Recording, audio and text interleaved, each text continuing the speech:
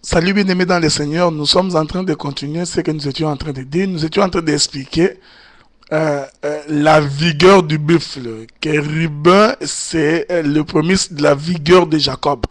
Or, vous comprenez que Jacob, c'est le père, et que ses enfants, et que Ruben, son premier-né, est la manifestation du père. Hein? Donc, le père se manifeste, s'extériorise par les fils. C'est un peu la course de Jésus. C'est en Jésus que nous voyons la puissance de Dieu se manifester. Et nous avons dit à ce sujet-là que Ruben, c'est la vigueur du buffle qui témoigne de Dieu. Je voulu donner encore un autre verset. C'est Ésaïe chapitre 40. Quand vous prenez Ésaïe chapitre 40, que nous dit l'Écriture? L'Écriture nous dit ceci. Ésaïe 40, le verset 29. Le verset 29 d'Ésaïe 40. Voici. Le verset 29, la Bible dit, il donne de la force à celui qui est fatigué et augmente la vigueur de celui qui tombe en défaillance. Vous comprenez que c'est Dieu qui est la vigueur. Il est la source de la vigueur. Or, comprenez que les Écritures nous disent que ceux qui sont faibles, qu'ils réalisent qu'ils sont forts en Jésus. Vous comprenez?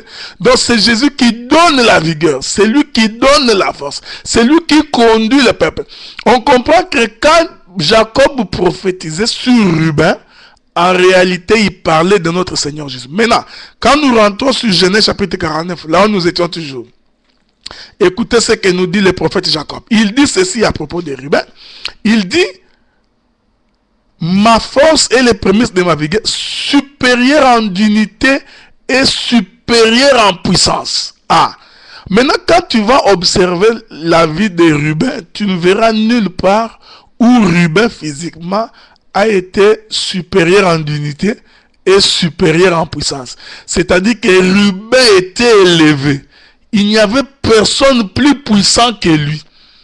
Personne n'avait aussi la dignité comme cet homme de Ruben. Est-ce que Jacob parlait-il de Ruben le fils?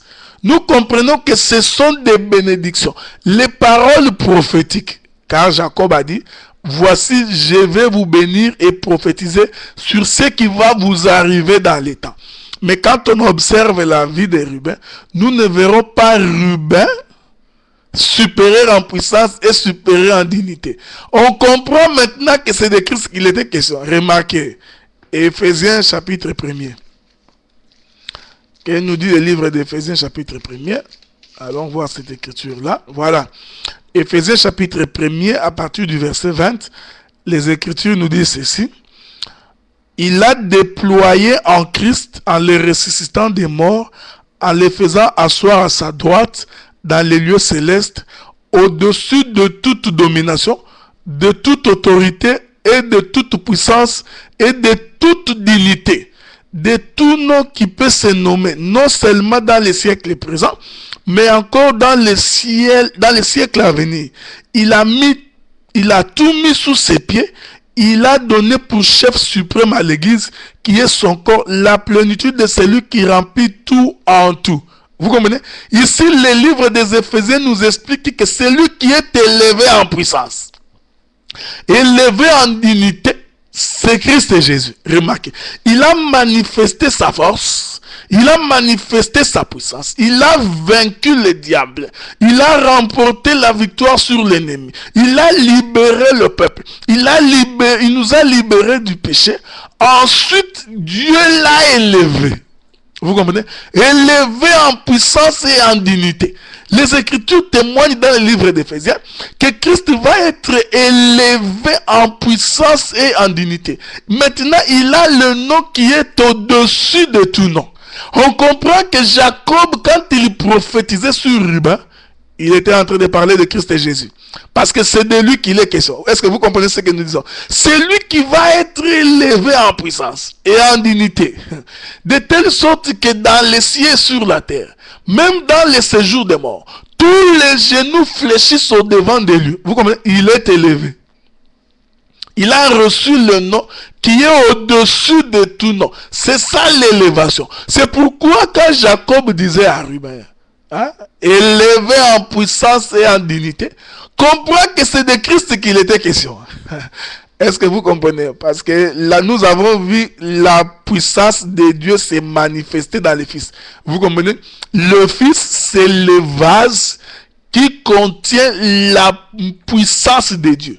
Voilà pourquoi Psaume chapitre 150 nous dit: louez-le dans l'étendue où éclate sa puissance. Or, l'étendue où éclate la puissance de Dieu, c'est Christ Jésus. Ce n'est pas ton église. Quand tu réunis les gens, tu fais un peu de spectacle. Oh, alléluia, les gens tombent. Toi, tu crois que c'est ça la puissance. Où il y a beaucoup de gens qui entrent en transe, qui commencent à trembloter. Les mamans tombent, les pagnes en l'air, les papas crient. Toi, tu crois que c'est ça la puissance. C'est comme ça que tu définis la puissance de Dieu. Non. Quand le psalmiste David dit que nous louons Dieu dans l'étendue où éclate sa puissance, nous comprenons qu'il s'agissait de Jésus. Parce que Jésus, c'est lui la puissance de Dieu. C'est lui la manifestation de la droite du Seigneur. Est-ce que vous comprenez? C'est pourquoi on dit de lui qu'il est élevé au-dessus, en dignité et en puissance. Remarquez, lisons encore une autre écriture. Quand nous prenons le livre des Hébreux, chapitre 5.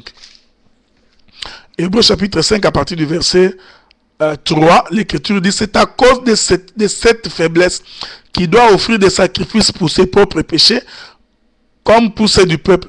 Nul ne s'attribue cette dignité s'il n'est pas appelé de Dieu, comme le fit Aaron.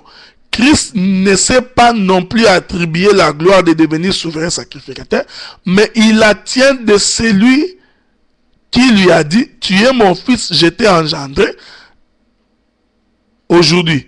Comme il dit encore: tu es sacrificateur pour toujours selon l'ordre de Melchisedec. Vous remarquez, le verset 4 nous explique qu'on lui a attribué cette dignité. Vous comprenez? Je vais relire ce verset. Il dit: nul ne s'attribue la dignité d'être élevé, d'être souverain sacrificateur. Celui qui porte le peuple, qui libère le peuple, qui porte le péché du peuple, qui amène le peuple au devant du Seigneur. Vous comprenez que c'est la marche du serviteur, c'est le bœuf. Vous comprenez? Qui manifeste sa puissance. Parce que quand le bœuf est en train de labourer la terre, il est en train de remuer la terre. Vous comprenez? Pour donner la nourriture aux propriétaires du champ. Pour donner la semence, en abondance, il faut d'abord que le bœuf laboure la terre. Or, nous avons lu dans le livre des Proverbes que l'abondance et les revenus sont procurés par la vigueur de bœuf. Est-ce que vous comprenez? C'est de Jésus qu'il était question. Maintenant, c'est pourquoi, après avoir fait cette marche, il va être élevé en dignité et en puissance. C'est pourquoi quand Jacob parlait à Ruben, bien aimé dans le Seigneur, il dit: Ruben, tu es élevé en puissance et en dignité. Cette parole-là est prophétique. C'est de Jésus qu'il était question. Parce que physiquement, nous n'avons pas vu Ruben élevé en puissance. Vous comprenez? Ni en dignité. Est-ce que le prophète Jacob avait menti? Nous disons non. Jacob avait prophétisé. Voilà, c'est pourquoi quand nous disons, bien aimé, que Jacob est un prophète, ils ne vont pas comprendre, ils vont dire non, montrez-nous où est-ce qu'il a amené le message. C'est parce que vous ne comprenez pas. Vous lisez la Bible en français, vous voulez comprendre l'écriture noir sur blanc. Est-ce que vous comprenez? C'est ici que nous étions en train d'expliquer que quand la vie est donnée à l'église, l'église est sauvée. Vous comprenez? L'église ne connaît pas, il y aura des difficultés, il y aura des hérésies, mais l'église sera sauvée. Voilà pourquoi ici on démontre que quand Christ est élevé en dignité, lisons un verset encore pour comprendre. Quand vous prenez Matthieu chapitre 24, vous allez aussi remarquer à partir du verset 30 que les Écritures confirment aussi que le Fils de l'homme est élevé en dignité. Vous comprenez? En puissance. C'est lui la droite de Dieu. Quand il dit, la chose s'accomplit. Voilà pourquoi il dit: demandez tout à mon nom. C'est la manifestation de la puissance de Dieu. Bien aimé dans le Seigneur, que l'Éternel vous soit favorable. Dieu est dans. Nous allons revenir sur la 5e et la 6e partie pour expliquer le péché.